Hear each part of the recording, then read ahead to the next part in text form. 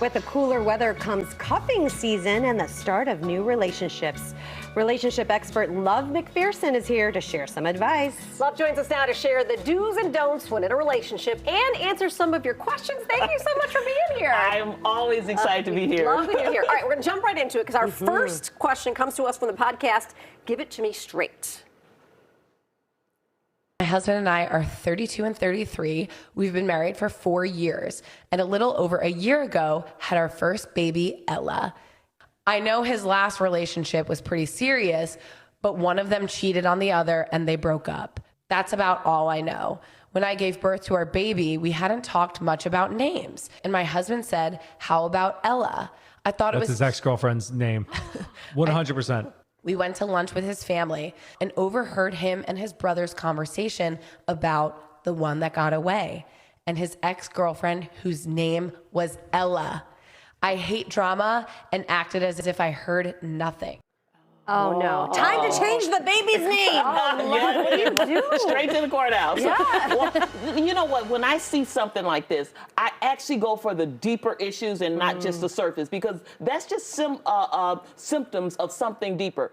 The first thing I see is the husband has lacks of integrity because, first of all, he not only betrayed his wife, when he named her, because he didn't give full disclosure about the name, but he also has betrayed his daughter. Yes. Because what he has given her is she is the symbol of his ex rather than the symbol of her mother. And so that's a very deep issue. But also, the wife does not get off clear. And the reason why I say that is because she actually is dealing with avoidance, it seems, because she just doesn't know things and doesn't seem to have the courage to really inquire. So she needs to, maybe she hooked up with a deceptive person because she likes to deceive her own self.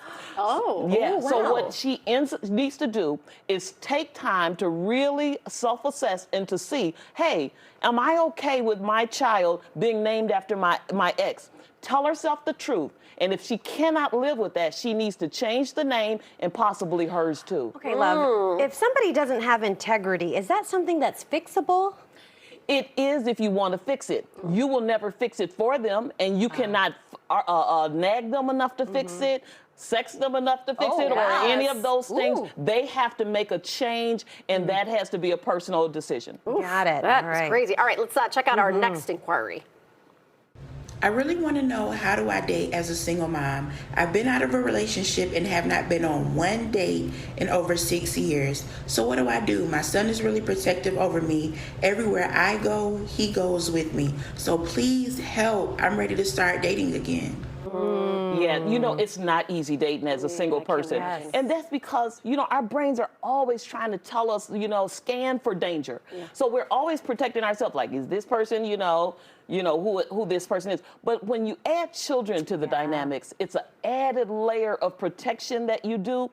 What I would say about this particular mom is this: be careful of not having a relationship with her son where it's enmeshed, where he feels like he should be the man and the protector. He needs to be in a child-appropriate relationship with his mother, and he needs to be able to see that she has needs that are outside of him. That is healthy training for him, because if she never teaches him that she has needs that are separate from him, when he gets into a relationship as he gets older, he may only be considering himself because the world revolved around him. So she needs to teach him the healthy relationship skills, and then she needs to go ahead and, without guilt, not overcompensating for somebody who may not be there in her life, she needs to guilt-free go and get involved in a relationship and enjoy life. Follow-up question. When is it a good time to introduce the person you're dating to the children? I love that question. You know, in my book, The 5 Stages of Dating, the 3rd stage is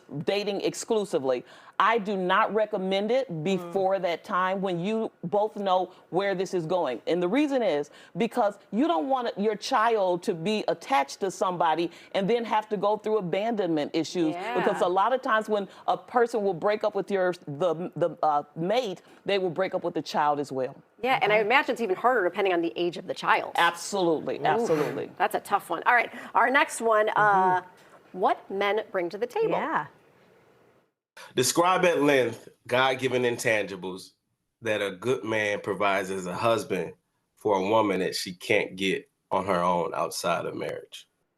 This is really a good question, and because a lot of times men are actually conditioned that they bring the money, you know, that kind of thing to the table. But a lot of women are desiring more because they have the money and they have careers and things like that. What they're looking for is loyal, unwavering support. Now, our brains are this.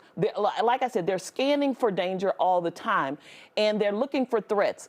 We are actually programmed where if we feel we have social resources, which is that support system, that person, like who got me, you know, if we have that, it actually reduces our level of stress and our feelings of threat. So if you can show up in a woman's life and be that loyal, unwavering support system, emotionally, whatever she needs, find out, you know, individually, each woman is different. When you can be that, that's everything. Love that. I think we can fit in one more question. How do you navigate through your purpose individually and then collectively? I think sometimes we get married and we feel like we have to, as women, fall back and not fully operate in our purpose. Oh, I love this one. Yeah, I love that too. Yeah. Because you know what? We have to remember, whether we're a woman or a man, that we are not just a wife or a husband, we're a person. And we have to honor that inside of us, because that, a lot of times the purpose, we feel that that's come from a more inspirational point, like a God-given life assignment or something of that.